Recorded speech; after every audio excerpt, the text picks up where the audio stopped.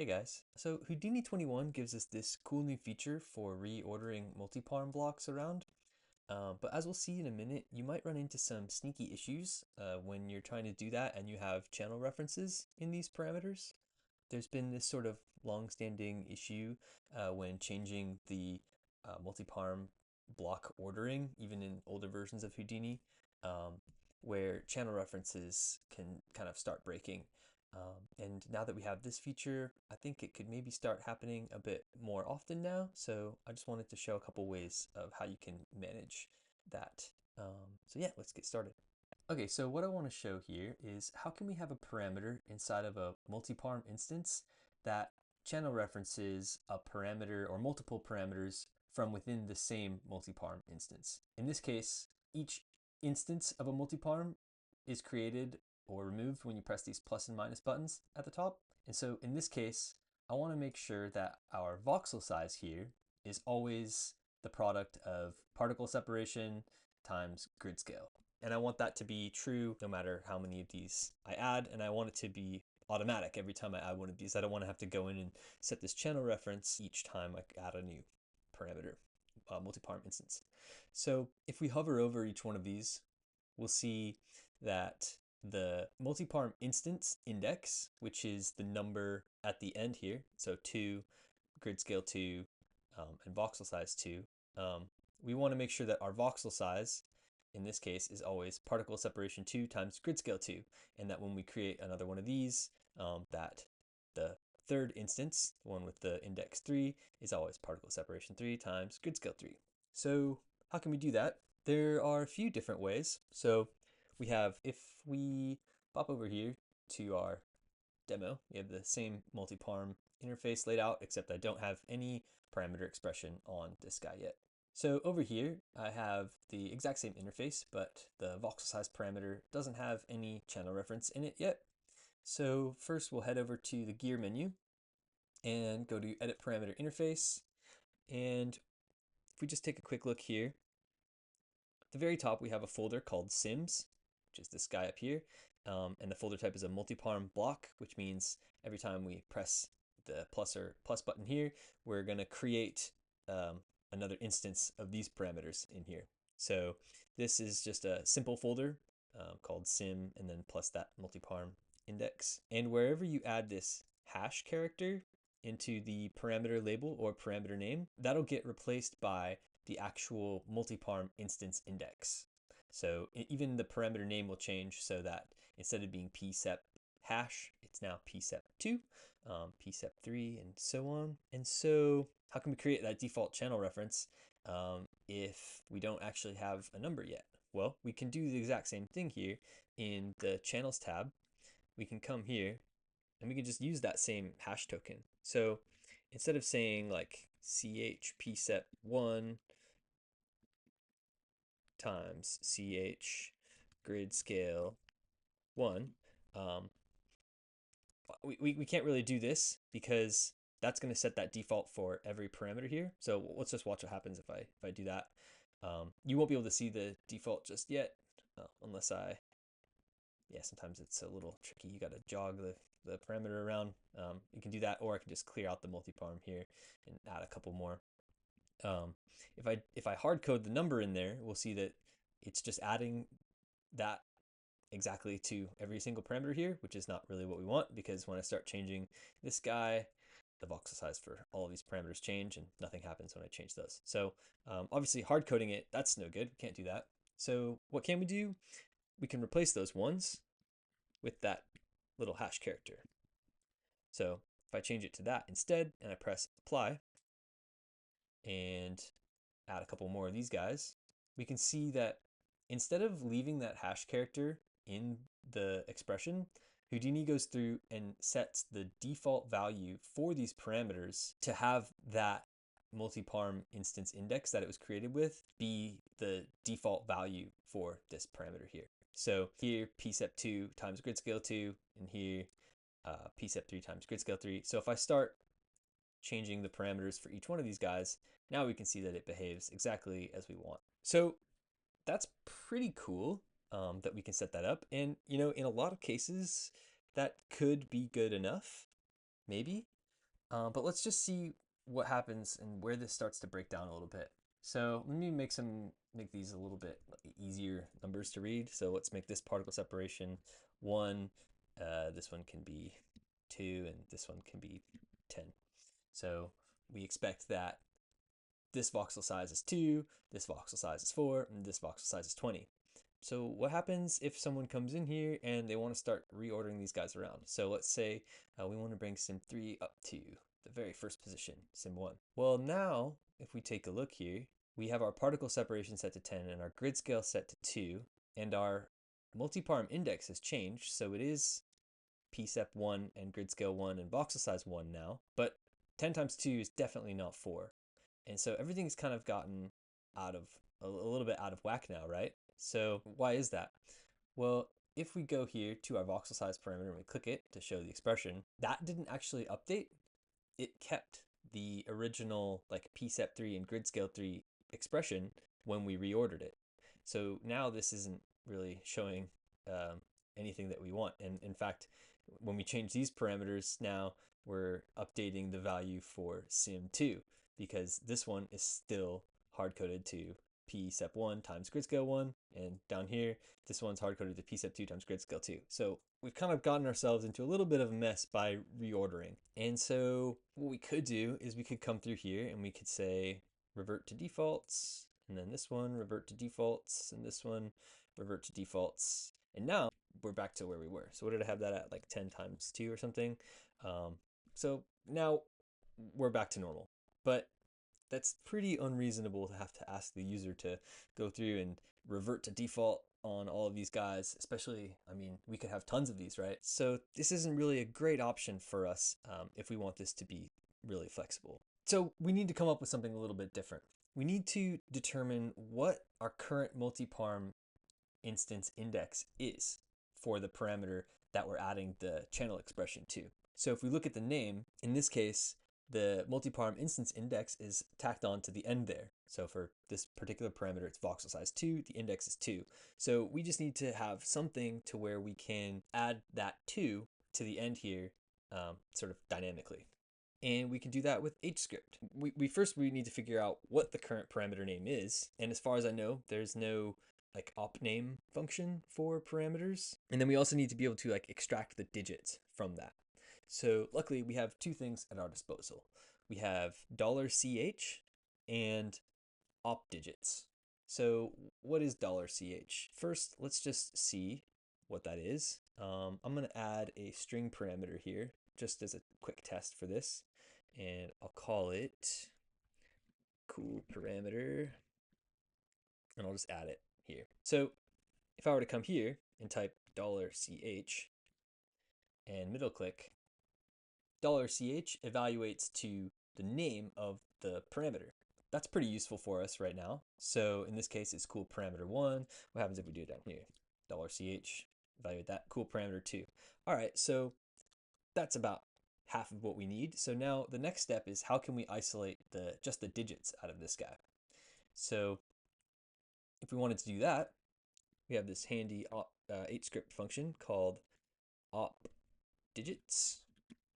And if we look at the help for this, it returns the numeric suffix of a node name. So what it'll do is it'll grab the last set of consecutive digits of a string. So if I do that and I wrap opdigits around $ch and we evaluate that, we get the number 1 because that was the last digit of our parameter name here. So let's just do the same thing down here to make sure that we're actually right. This should say 2, and yep, there it is, 2. So how can we use this in our expression now? Well, we're in luck because our multiparm instance index is always at the end of our parameter name, so opdigits will always work for us. So let's go through here and I'll delete this parameter because we don't actually need it. And I'll hit apply to clear that out. And then let's hop back into our voxel size parameter here. Go back to the channels tab, and instead of psep #, I will say psep and then plus opdigits $ch. And I'm going to come through and copy that all the way through the plus, hop to the end here, get rid of that hash symbol there, add it to the end there as well. And just for good measure, I'm going to change this from a literal to an Hscript expression and press apply. And again, since we updated the default here and these parameters were already created, we either have to go through and revert these all to default or recreate the parameters. So I'm just going to recreate them so you can see them fresh. So here, 1, 2, 3. And now let's go do the same thing. Let's make this like 100, and this can be 1,000, and this can be, well, it can stay at 0.1. That's fine. So we can see that the voxel size updated correctly there, there, and there. And if we look here, now we have this expression. It's nothing really too crazy. It's definitely a bit longer than just being able to use the hash symbol, but we'll see it pay off here when we start to reorder. So let's move sim2 up above sim1, and there we go. Voxel size 1 is still 2000. It's still referencing these same two parameters. This one is as well. We're not suffering from that same issue of all the parameters getting like messed up and hard coded. So they're still at their default value because every parameter, every voxel size parameter has the same default value, this expression. And yeah, now we can shuffle them around, which is pretty cool. So I would say that in maybe like a majority of cases, this will actually be all you really need for something like this. You don't necessarily need to make it more complicated if you don't have to. But there are definitely a couple places where this can break down. So the first one you might see it break down in is if you were to be adding digits to your name. So let's say that you have voxel size and then this hash token, and then you, for whatever reason, you wanted to add your own digits to the end, like 1, 2, 3. So this is going to break opdigits because it's going to find the multiparm instance index in the hash token that gets replaced. And then it's going to find that the actual last consecutive set of digits in the string is 1, 2, 3. And well, I guess we can just see what happens if I were to change this now. So now, like these opdigits $ch is finding 1, 2, 3, and now all these parameter expressions break because there is no 1, 2, 3. I bet if I made like 124 of these, that maybe they'll start to show up. Yeah, but that's definitely not what we want. We can see in action if we were to get rid of everything else. Yeah, opdigits $ch is always 1, 2, 3, even though our multiparm instance index is 1, it's always finding that new suffix we added at the end of that. So that's one place where it could fall apart. Oh, we got all these extra parameters around, sorry. Let's get rid of that. Hit apply. There we go, back to normal. So that's one place where it could fall apart. The easy solution for that would be to just don't name your parameters like that. If you absolutely need to have a number that doesn't have to do with your multiparm instance index, well, just put it in the front, and now we're all good because it's finding 1 and it's finding 2 as the last set of digits in the string rather than that 1, 2, 3. So that's one way you can get around that issue. Just rename your parameters. The other one that's a little trickier to get around is what happens when we start adding parameters with a size greater than 1. So in this case, we're just dealing with simple floats. Float size 1, voxel size, it's not a vector or anything. But what if it was? So what if I were to make this a float size 2? So when you have a parameter that is a float size 2, the suffix that Houdini is going to automatically give to this is a digit. So if I press apply, we start to see these breaking again. And that's because if I hover over the parameter here, we'll see that this is called voxel size 1, 1, voxel size 1, 2. In this case, Houdini is adding the component number of the parameter to the very end of the string. And we don't really have any control over that. So for anything that's size 2, 3, or 4, you might want to consider coming over, and instead of making it a float 2, you can either pick a new parameter type from here. So either a float vector 2, float vector 3, float vector 4, or you can just change the type from in here to a float vector 2 and hit apply. And now, instead of adding a digit to the end, Houdini adds X, Y, Z, W.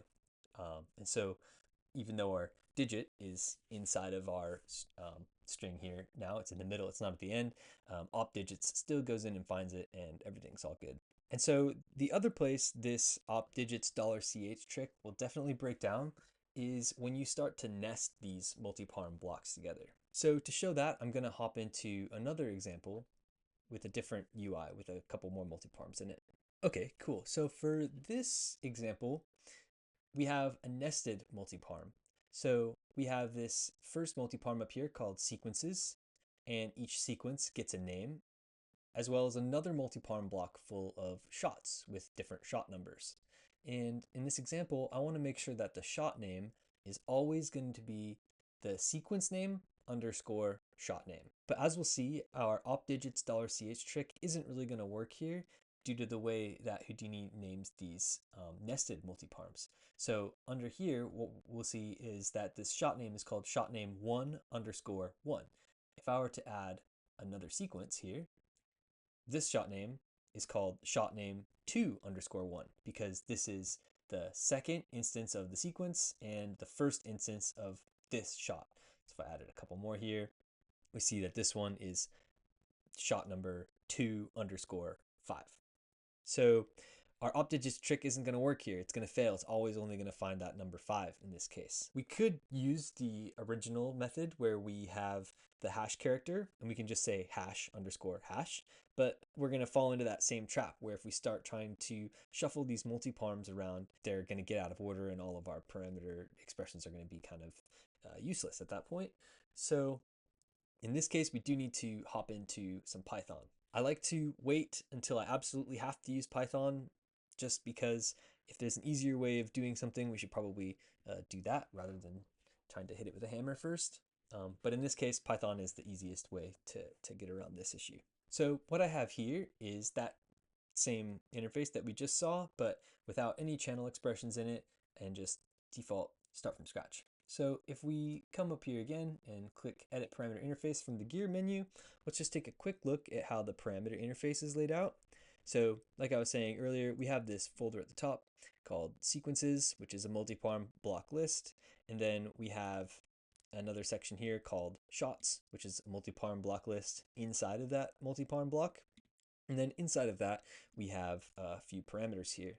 And so if you look at these parameters that are nested, it's got a hash underscore hash. If you don't add the hash underscore hash, Houdini will add it for you. And what I mean by that is if I were to come here and just add in another string parameter just as a quick test, and we can, that's fine, new parameter, sure. I press apply, Houdini adds this hash underscore hash for us. If you had just called it new parameter hash and you press apply, again, it adds that underscore hash for you. You definitely don't want to do hash like that because you could run into an issue where that number becomes something like sequence 1 parameter 23 or sequence 12 parameter 3, and so all of them end with 1 2 3 and you get conflicting parameters. So don't do that. You always want to put something like an underscore in between them to sort of denote the nesting level, and that's why Houdini does that for us. So now we need to figure out 2 levels of multiparm instances instead of just 1. We need to know which sequence we're in and which shot we're in as well. That way we can make our shot name equal the sequence name underscore shot number. And so we have, in this case, our shot name here is shot name 1 underscore 2. So we need to figure out a way that we can grab that 1 and that 2 and use it to come up with our final parameter value. So let's pop open the Python shell because we're going to use Python to help with this. And if we take a look at the who.parm object and just start typing multiparm, we'll see that there's a bunch of these cool multiparm methods that come with who.parm. And the one that we're most interested in is this who.parm.multiparm instance indices. And if we look at this, we'll see that it's going to return us a tuple of integers. So I can close out of this and let's just give that a try. So I'm going to come to this test label string that we still have and right click, go to expression, edit string, change this from a string value to a Python expression and move this down a little bit. And the first thing I need to do is I need to get the current parameter that we're actually operating on. And to do that, we can use who.evaluating parm. And if I just return that, we'll see that this is who.parm, new parameter 1_2 in this node. And if we look here, yep, indeed, this is new parameter 1_2, and this is that who.parameter object. And we actually don't need who dot when using Python expressions because the who module is already available in this context. So I can get rid of that, press apply, and we'll see that we still have the same result. So that's cool. So how can we grab this 1_2? Well, we could look at the name and kind of strip out the 1_2 from that and grab those and use that. But as we just saw, there's a way better way, which is that .multiparm instance indices. If I return that and press apply, we get this tuple 1, 2. So 1 being sequence 1 and 2 being the shot number 2. And if we look here, new parameter 1_2, that matches up with this tuple that we have here. So that's great. Let's close this now. And we don't really need this string parameter anymore, so I'm just going to delete it. Press apply. Now we're back to kind of where we started. Let's throw in some values here. So let's call this sequence ABC. This could be shot number 1, 2, 3, and this could be shot number 0, 4, 5, 6. 4, 5, 6. And so let's make sure that this shot name is always ABC123. This one's ABC_0456.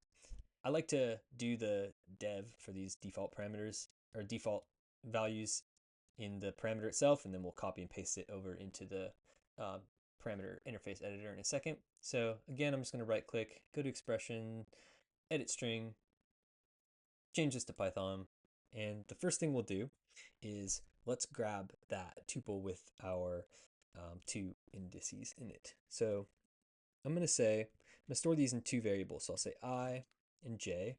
So I will be the sequence level nesting and j will be the shot level nesting. So we'll say ij equals evaluating parm. So that's our current parameter. Dot multiparm instance indices. Press apply. And we get an error because that's capital P parm. Cool. I haven't returned anything, so nothing is showing up here. If I were to return I, so when your parameter expression is longer than 1 line, you always need to return the value. So if I were to look at that, okay, I is 1. If I return j, j is 2. Perfect. So the next thing we want to do is we want to get this sequence name. So I'll say that sequence equals eval_parm, and eval_parm will evaluate a parameter to this path within this context here. So I'm going to eval this parm, which is called seek, in this case seek1. So we're going to evaluate that seek parameter, but then I want to be able to add this I to the end. So what I'll do is I'll use an f string. So I'll say f seek, and then in curly braces, I'll put an I. And then let's just see what that returns. If I return seek, then there we go. We get ABC. And so the next thing we want is the shot. So we can do the same thing. I'll say shot equals eval_parm, f string, and our shot number parameter, that one's just called shot, and then the 2 multiparm instance indices. And so we'll call it shot I_j. And if I were to return shot instead, there we go, 4, 5, 6. So the last thing we need to do is we just need to mash those 2 together because I want the shot name to be sequence_shot. So I'll just return another f string, seek_shot.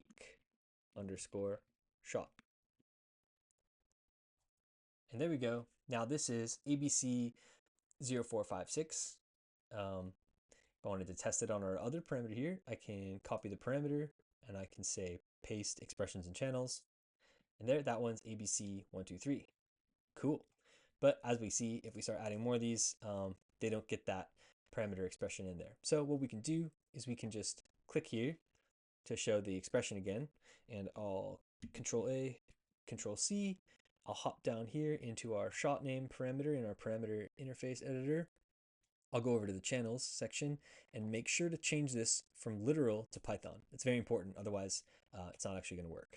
And I'll just paste that in there, press enter, hit apply, and now I'll just clear all of these guys out, and we'll check it out and see if it works. So add a couple of shots in here. Let's add a couple of sequences too to make sure it works.